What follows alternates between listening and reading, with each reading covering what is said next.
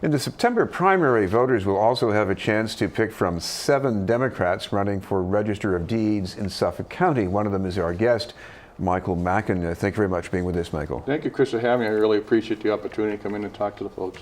I want to ask you about one thing that distinguishes you from all the other candidates in this race, and that is that you have run for office before, but only for Register of Deeds. Why is that? I ran twice before for Register for Deeds, and Mickey Roach was just a little bit more popular than me. The former Register. The former Register. He beat me twice. I think he retired. He got tired of beating me. So when it came open again, I was talking with my wife, Joyce, and she said, "Mike, why don't you try one more time?" So here I am. I'm trying one more time to come to Register of Deeds. The job fascinates me. It's one of the elected jobs where you go in to manage a division, which I've done for years, managing folks, and I really excel at that. I want to take my skills as team building, go to the Register of Deeds, and do what I always do, make it a better place after I leave. Talk about the management work that you've done, because you were involved in, I guess, code enforcement in the city? Yeah, in '91 I started my career with the code enforcement police for the city of Boston. I was walking the South End, digging through bags of trash. It was January 15th, Martin Luther King's birthday. It was freezing cold that day. And as I'm digging through trash, I said, am I really going to be doing this for a living? And within a week or so, the people of the South End were running up thanking me for the work I was doing. I realized it was a job where I was helping people. I was enhancing the quality of life, and people loved the fact that the code enforcement police were out there and keeping the alleys clean and neighborhoods clean. And we excelled over the years to where now code enforcement is well regarded as a division. Under Mayor Menino, we were able to get new technology that allowed us to take a photo of the trash and put it right into a computer and attach it right to the ticket as you got the violation. And then the green bill passed, and they started collecting the fines. And it's really come a long way since it started back there in the 80s. Well, another part of code enforcement is keeping records. So you want to know if somebody has a lot of violations, and you want to know the history of a given property. How does that factor into what you want to do with Register of Deeds? We use the Register of Deeds every day there when we were code enforcement, when we were at now we're in environmental services, City of Boston, because you have to track down ownership. And the Registry of Deeds is vitally important to all these agencies to make sure that the information is accurate.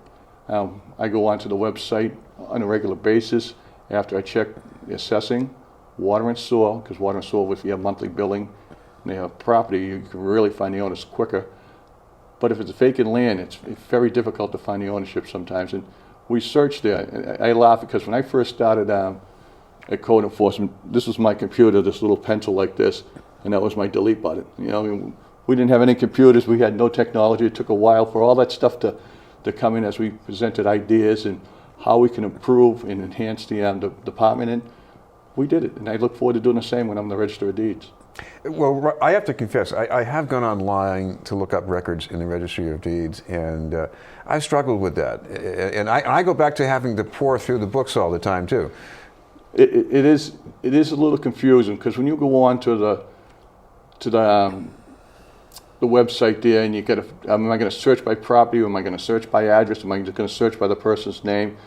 I usually like to do it by address. But when you get in and you click on, you want to see the different deeds, and they don't seem to be all the deeds together. You're going through record after record, trying to figure out which is going to give you the correct ownership in the end. And that's one area I'd like to see improved. Maybe just like you have with your emails, or you clicked, I want to separate all the deeds, so all the deeds pop up instead of all the information that's there in the chronological order it's been recorded. Of course, another problem we have with properties, especially if there's a foreclosure involved, is that knowing who's responsible for that property can be a real mystery sometimes. I know you're supposed to track that in Registry of Deeds, but it always seems that the mystery is 1 or 2 steps ahead. It's really a nightmare, that part of it. When people get foreclosed on, we write them a violation in my present job. Oh, I lost that property to this bank, and that bank's transferred to another bank, and they're not really getting recorded in the registry. They're kind of holding off until they sell the properties, trying to avoid paying any of the costs of switching the properties into the different titles, and it's an issue. And what we've found is that you really have to be diligent, and you need something better. I want to say early 90s, Maureen Feeney and Jimmy Brett passed a law. There was a suggestion I had called the Ghost Law, where at the assessing division, you had to provide an accurate address, not a law that said my P.O. box. You had actually a physical address so you could be tracked down. Yet that information doesn't seem to flow through the different departments and everything to make it a little easier to find people.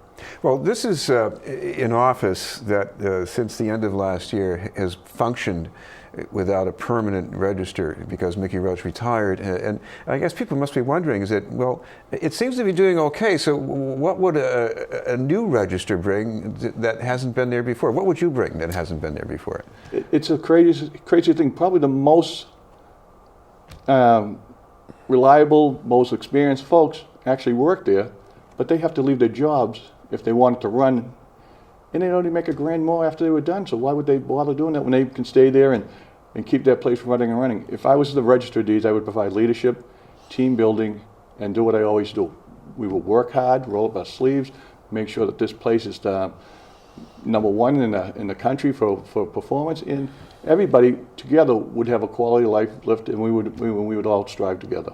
One other piece of your background, talking about team building, youth sports, you've been doing that for a long time. Yeah, about 30 years ago I got sober. About 29 years ago someone invited me to a meeting. I just thought it was another AA meeting, so I stopped in. My little brother was 15 at the time, asked me to go. And when I went in, they said, "Oh, we want you to be the coach of the Astros over at Cedar Grove Baseball." I said, "Okay." I never coached sports before, so I did it. I can remember the first year, I couldn't even keep the scorecard correctly. I had to get the Little League book and start reading how to, the different positions and everything else, just so I could start keeping the game score. But now it's 29 years later, and it's a very selfish enjoyment I have. I love seeing the kids today that I coached years ago, the police, the firefighters, the family men and women, and they just, "Hey, Coach, how are you?" Years later, and it's nice to see their lives doing so much better, and you like to think you participated in that for the youth movement of sports. Finally, Mike, you've got a page so people can check out to get more information? No, I don't raise money to do this. I didn't raise it in 2006 when I did the second time. I have a Facebook page, Michael Mackan, Mackan spelled with A-N, M-A-C-K-A-N, that's the Polish spelling. And if they could find me on there, if they want to ask me any questions, I'll be glad to answer them. And I just walk around and ask people to vote for me. I carry my 14-year-old bumper sticker from the first time because I raised no money. And I pass those out and throw them on a car and just hope that I meet enough people in this very quiet election to get enough to get over the top and hopefully become the Register of Deeds.